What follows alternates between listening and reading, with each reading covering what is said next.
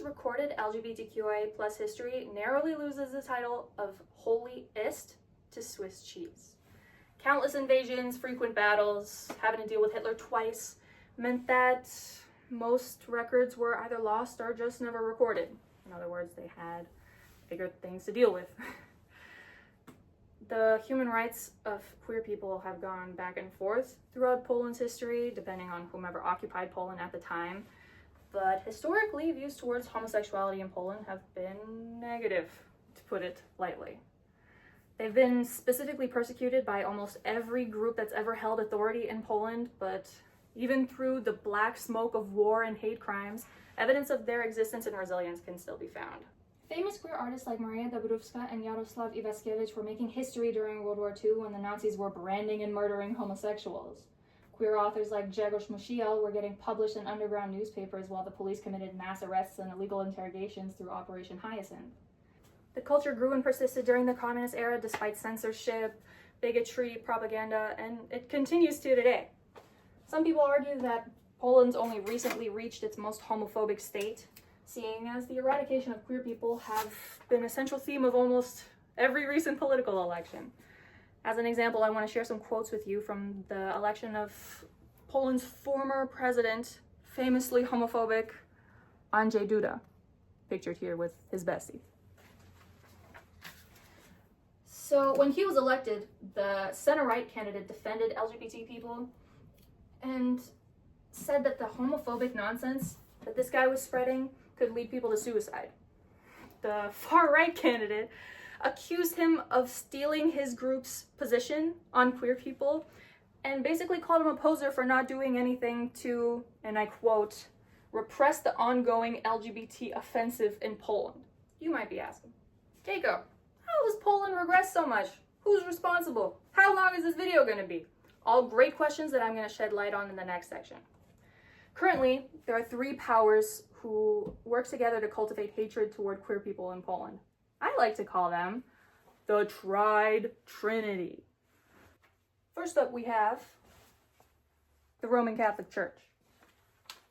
If it weren't for the Vatican City, Poland might be considered the Catholic capital of Europe, okay? This church has such a heavy influence on the social norms of Poland to the point that religion is considered in everything from picking street names to writing the penal code. Timothy J. says that taboo words are sanctioned and defined by institutions of power. In a society ruled by a religious majority, any law concerning speech or censorship is liable to become a blasphemy law. This is especially true in Poland's case, seeing that the Roman Catholic Church endorses publicly anti-queer attitudes. Next up, we have Ordo Iuris, Latin for order of law. An ultra-conservative Polish Catholic legal organization famous for working to decrease rights for women in Poland, like divorce and abortion, and also having a hand in nearly every modern right-wing controversy in the nation. On their website, which bears an uncanny resemblance to those of mobile sports betting websites, they describe themselves as an independent legal think tank with Roman law, Christian ethics, and Greek philosophy as its core values. They claim to be separate from the government, but nobody's going to deny their representation in positions of power, especially right now. They recently played a huge role in beginning Poland's withdrawal from an Istanbul Convention created to protect women from domestic violence based on the fact that it describes gender as a social construct. Their slogan for this movement, yes to family, no to gender, which unfortunately isn't so much a reference to some kind of non-binary state as it is an accurate representation of their limited grammatical knowledge. They recently reused this tactic to rally citizens against anti-discrimination measures implemented in classrooms by the government. Their slogan for this movement, let's protect the children. Protect them from what exactly? Education. Their petition to get this done gained over 450,000 signatures in a matter of days, okay?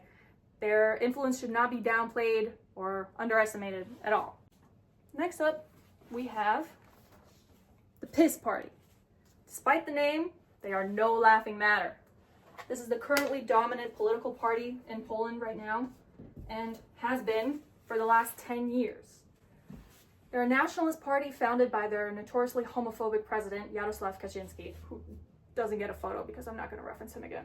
While Ordo Iuris claims to be independent, the Venn diagram of Ordo members and Peace Party members is basically a circle. The collaboration of these three parties has provided Poland with such a multitude of problems so large that the EU has reprimanded them multiple times. Most famous among these problems is Strefa Wolna od LGBT, or in English, LGBT free zones. A document called the Family Charter, created by Ordo Iuris and promoted by the PiS party, outlines measures that families and communities can take to suppress and censor queer people. Here's Poland. This black tumor, encompassing about a third of the country, represents the almost 100 cities, counties, towns, provinces which have declared themselves LGBT free. The adoption of this title and the charter don't make any of it legally enforceable. So it's less of a charter and more of a collective forehead tattoo that reads bigot. This problem lasted over 5 years. The courts only put an end to it out of fear, not willing to call the EU's bluff when they threatened to withhold funding. These sites were not effectively abolished until April of this year, of 2025. How are they so successful? How did anybody fall for this? I'm so glad you asked. It's because the power holders in Poland's tangled web of church and state understand the power of language, and they know how to manipulate and withhold it. Judith Butler defines gender, like any other aspect of identity, as a performative accomplishment. Targeted words like gender and sexuality work to create identity. So when far-right politicians work to suppress language with this expressive ability, they also work to suppress the identities which the language represents. In other words, the church and state in Poland are not only attacking the linguistic tools of marginalized communities, but their very identities and existence. But Keiko, shouldn't Poland, of all countries, understand the dangers of censorship? Yes. But the religious powers of Poland have created and employed a very clever strategy, one that I've condensed into a 4-step program in case anybody watching has a group of people they want to suppress.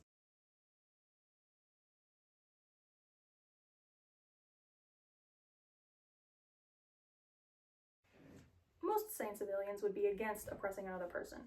You can circumvent this by dehumanizing your target.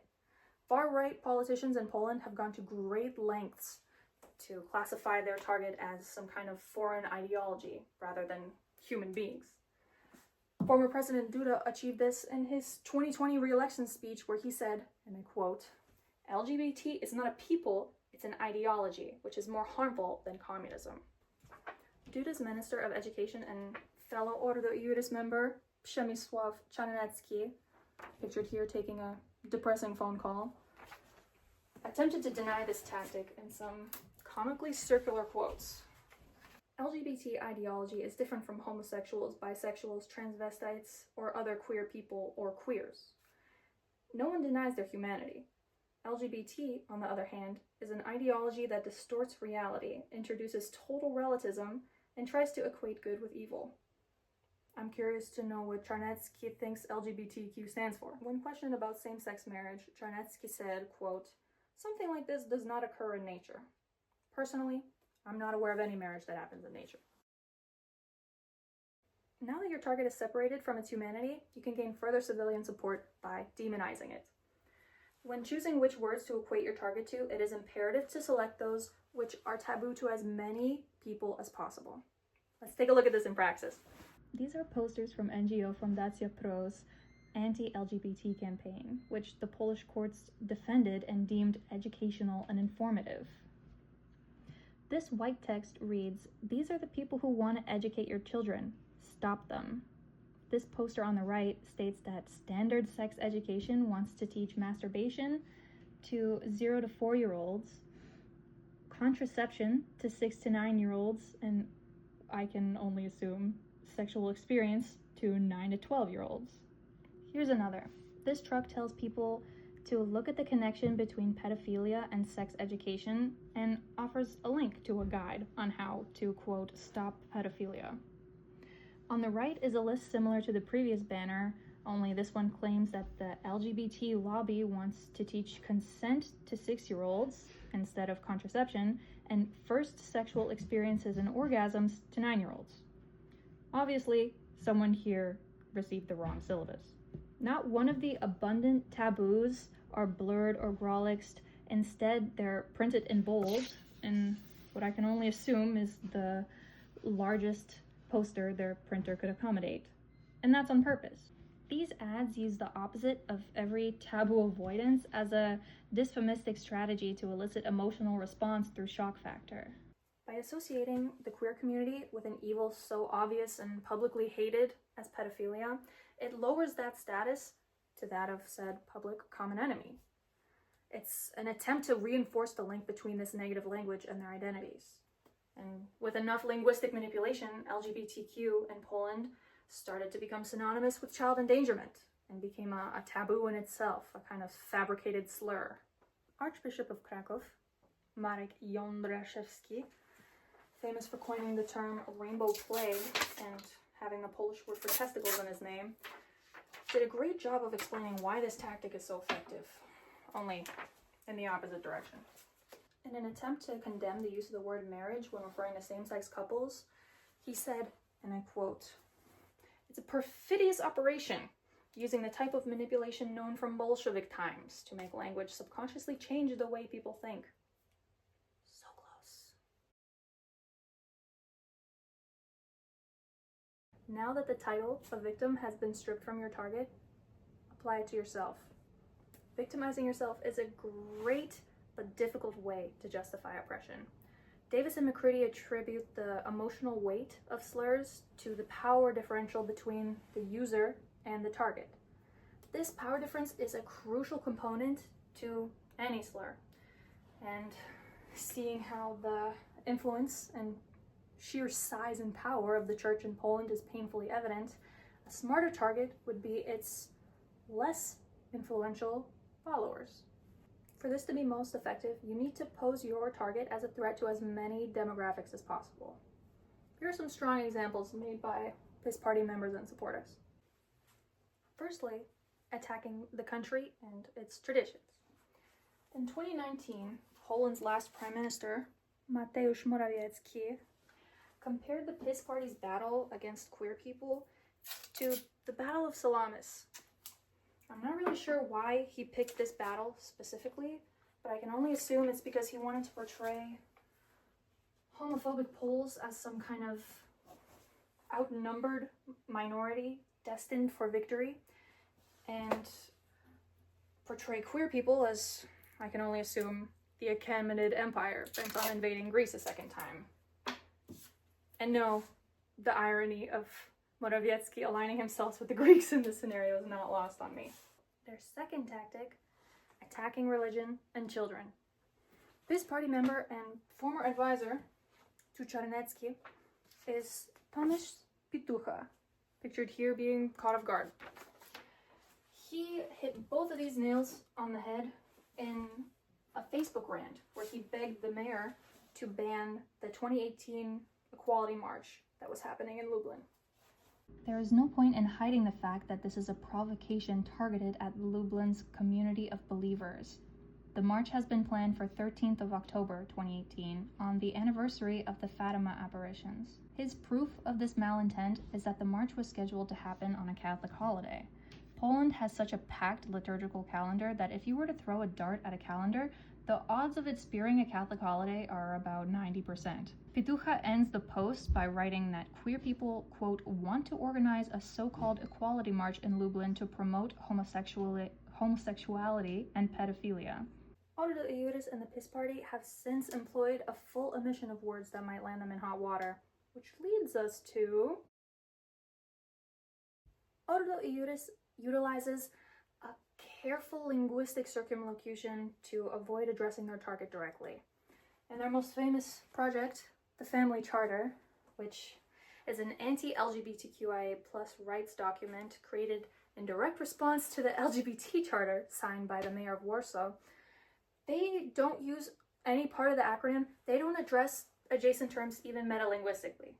For example, Ordo Iuris utilizes the quote, protection of marriage, being the union of a man and a woman, 3 separate times. Urges the reader to focus more on what's omitted rather than what's on the page. Article Iuris also takes advantage of a lot of the characteristically vague parts of Poland's constitution, where they'll reference many different articles but never quote them fully, ever. They'll pick out the very specific parts in an attempt to bend them to serve a purpose. Here's a side-by-side example. The Family Charter cites Article 48 to support, quote, the right of parents to raise their children in accordance with their own beliefs. Here is Article 48 in its entirety.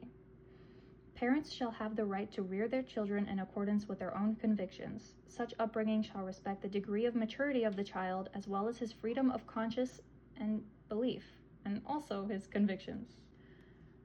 Page 5 cites Article 72, Part 1 of the Constitution, saying that it sets out the constitutional principle of care for children and confirms that anyone can request public authorities to protect a child against demoralization. Article 72, unedited, says, the Republic of Poland shall ensure the protection of the rights of the child. Everyone shall have the right to demand organs of public authority that they defend children against violence, cruelty, exploitation, and actions which undermine their moral sense. Interesting how in both cases they happen to omit the parts which protect children. Their use of ungraceful subtlety in their word choice for the Family Charter is in reality also a kind of taboo avoidance, because not only does it keep them from being further reprimanded by the EU, but it also reinforces the stigma around language related to gender or sexuality. Article Iuris and the PiS Party have been unfortunately successful in their personal battle of Salamis.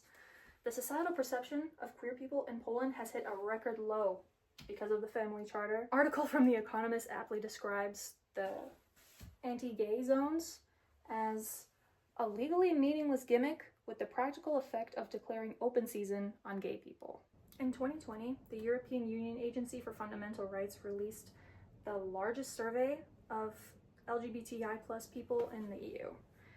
It revealed the horrifyingly low life satisfaction for queer people in Poland and ranked the country number 1 for highest percentage of people physically or sexually attacked because of being queer and people who avoid locations because of it. Events like the 2020 Białystok Equality March, where protesters were violently attacked, and Rainbow Night, where police committed mass human rights violations against queer people for being queer, are disgustingly common, and they make self-expression a brave feat in Poland.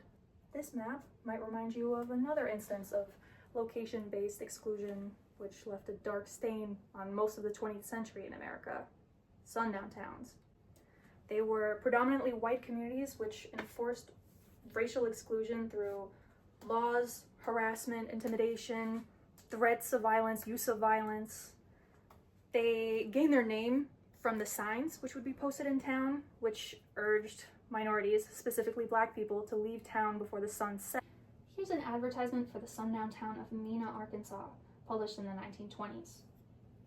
The majority of this flyer lists the positive features of Mena, like driveways and happiness.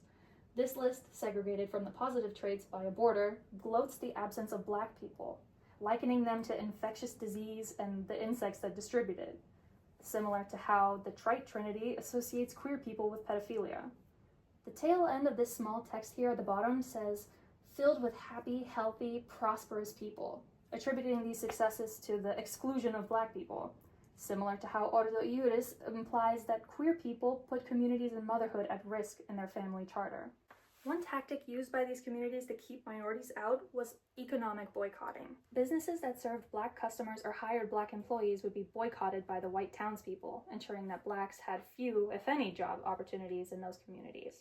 Abolition of Jim Crow laws in 1965 and the Civil Rights Act of '68 outlawed sundown towns, but racist people found ways to continue this discrimination more subtly. Sundown towns still exist today because of a quiet continuation of effective methods like boycotting, and Justice Minister of Poland, Zbigniew Ziobro, is the master of this. In 2015, an employee at a Polish Ikea was dismissed for posting discriminatory messages toward queer people on the company's internal website. He posted, quotes from the Bible's notoriously gory Old Testament, which, depending on your interpretation of them, depict the violent murders of homosexuals. And incensed Zbigniew responded by calling the employee's dismissal a, quote, legal and economic violence against those who do not share the values of homosexual activists. One of Poland's district prosecutor's offices charged the HR manager responsible for firing the man over these discriminatory comments with, quote, the offense of limiting an employee's rights on the grounds of religion. A spokesman for the employee said that the biblical quotes that were posted weren't an attack on any specific person, as opposed to an attack on a giant group of people, which is apparently legally defensible. If you're anything like me, you're wondering, what are the quotes? I've got them, don't worry. Woe to him through whom scandals come. It would be better for him to tie a milestone around his neck and plunge him into the depths of the sea. If a man lies with a male as a woman, both of them have committed an abomination. They shall surely be put to death. Their blood is upon them. Zbigniew also defended an employee of a print shop who was charged and fined by the district court for refusing to serve a queer NGO. After a failed appeal attempt to the Supreme Court to have the case thrown out, he referred it to the Constitutional Tribunal. And he had better luck with them, seeing as the majority of its judges and power holders were elected by the PiS party. Zbigniew getting this case thrown out and aiding in the success of the previous one are both prime examples of using economic boycott as a tool for oppression. The dominant religious and political powers in Poland have effectively transformed the LGBTQIA+ topics into taboos, expanded them through iconoclastic association into blasphemous taboos, and now use them as fabricated slurs to oppress queer people through legislature and media. But hidden within the PiS party's attempts to dehumanize queer people are linguistic slips that hint at their actual understanding. These three have gone to great lengths to dehumanize queer people and try to portray these identities as foreign concepts instead of people who live in their country. If the trio truly believed this, their use of slurs would be exclusively particularistic, meaning that they're criticizing something that someone's done specifically, rather than a whole group of people. Their failure to use exclusively general pejoratives to refer to and insult the queer community reveals not only the acronym's representation of identity, but the oppressor's knowledge of it. The tools of conquest do not necessarily come with bombs and explosions and fallout. There are weapons that are simply thoughts, attitudes, prejudices, to be found only in the minds of men. For the record, prejudices can kill, and suspicion can destroy. And a thoughtless, frightened search for a scapegoat has a fallout all of its own. For the children, and the children yet unborn. And the pity of it is that these things cannot be confined to the Twilight Zone.